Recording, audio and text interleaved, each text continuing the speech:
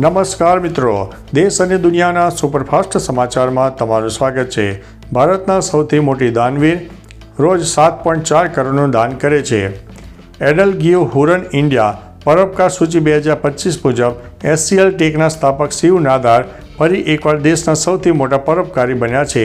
તેમણે ગયા વર્ષે કુલ 2708 કરોડ રૂપિયાનું દાન કર્યું, એટલે કે રોજિંદા સરેરાશ 7.4 કરોડનું દાન મુકેશ અંબાણી બીજા અને બજાજ ગ્રુપ ત્રીજા સ્થાને છે।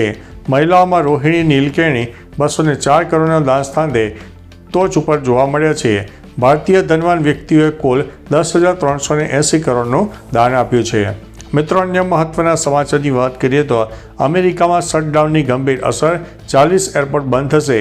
અમેરિકામાં સરકારી શટડાઉનના બીજા મહિનામાં પ્રવેશતા એર ટ્રાફિક કંટ્રોલર્સની અછતને કારણે સંકટ ઘેરું બન્યું છે।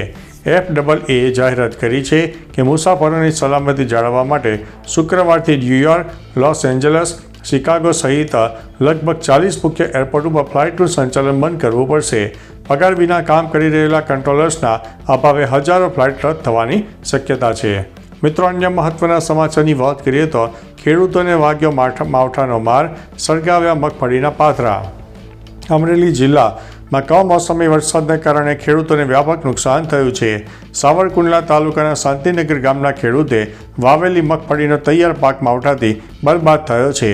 તેને લઈને આવતો ખર્ચ અને મજૂરી વધુ હોવાથી પાથરા સળગાવી દીધા।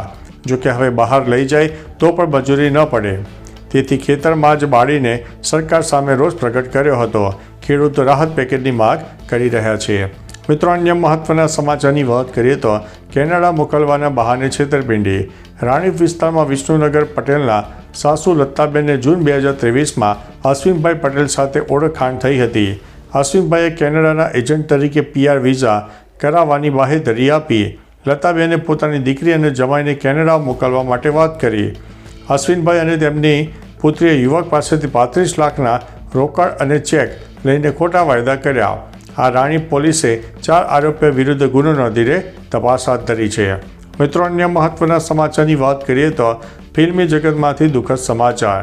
મશહૂર ગાયિકા અને અભિનેત્રી સુલક્ષણા પંડિતનું 71 વર્ષની વયે મુંબઈની નાણાવટી હોસ્પિટલમાં મૃત્યુ થયું છે। 1970-80ના દાયકામાં ફિલ્મ જગતમાં અભિનય અને ગાયકી બંનેનું નામ બનાવ્યું હતું। 1975માં ઉલઝન ફિલ્મથી કારકિર્દી શરૂ કરનાર સુલક્ષણા પંડિતે અનેક મુખ્ય ફિલ્મોમાં કામ કર્યું અને હિટ ગીતો પણ ગાયા। નિધનનું કારણ જાહેર થયું નથી, પરંતુ કેટલાક સમયથી સ્વાસ્થ્ય સમસ્યાઓથી ઝઝૂમી રહ્યા હતા। મિત્રો, અન્ય મહત્વના સમાચારની વાત કરીએ તો તસ્કરો મંદિરની દાનપેટી ઉઠાવી ગયા।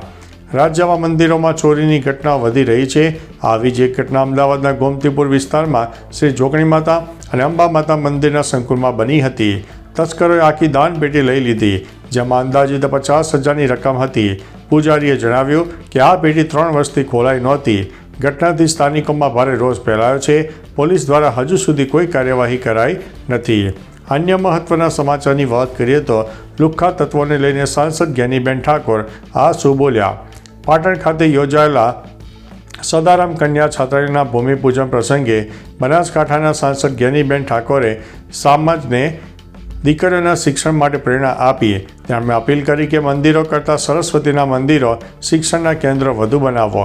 જ્ઞાનીબેને કહ્યું કે સારા કાર્યોમાં અડચણ ઊભી કરનારા લુખ્ખા તત્વોને સ્ટેજ ઉપર સ્થાન ન આપવું જોઈએ।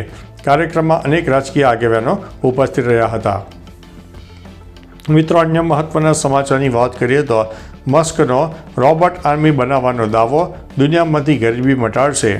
ટેસ્લાના શેરધારકોએ CEO એલન મસ્કને અત્યાર સુધીનું સૌથી મોટું આશરે $1 ટ્રિલિયનનું પગારનું પેકેજ મંજૂર કર્યું છે।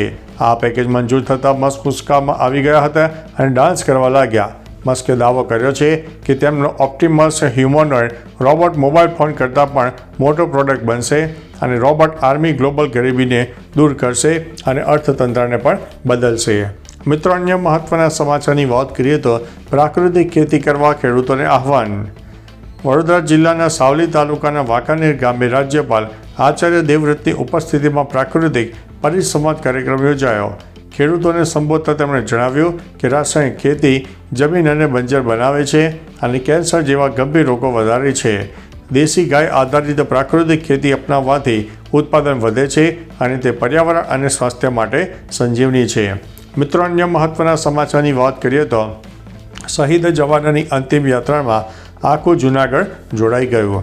ભારતીય સૈન્યમાં હવાલદાર તરીકે ફરજ બજાવતા વીર અમિત ધોળકિયાની અંતિમ યાત્રામાં હજારો લોકો ઉમટી પડ્યા.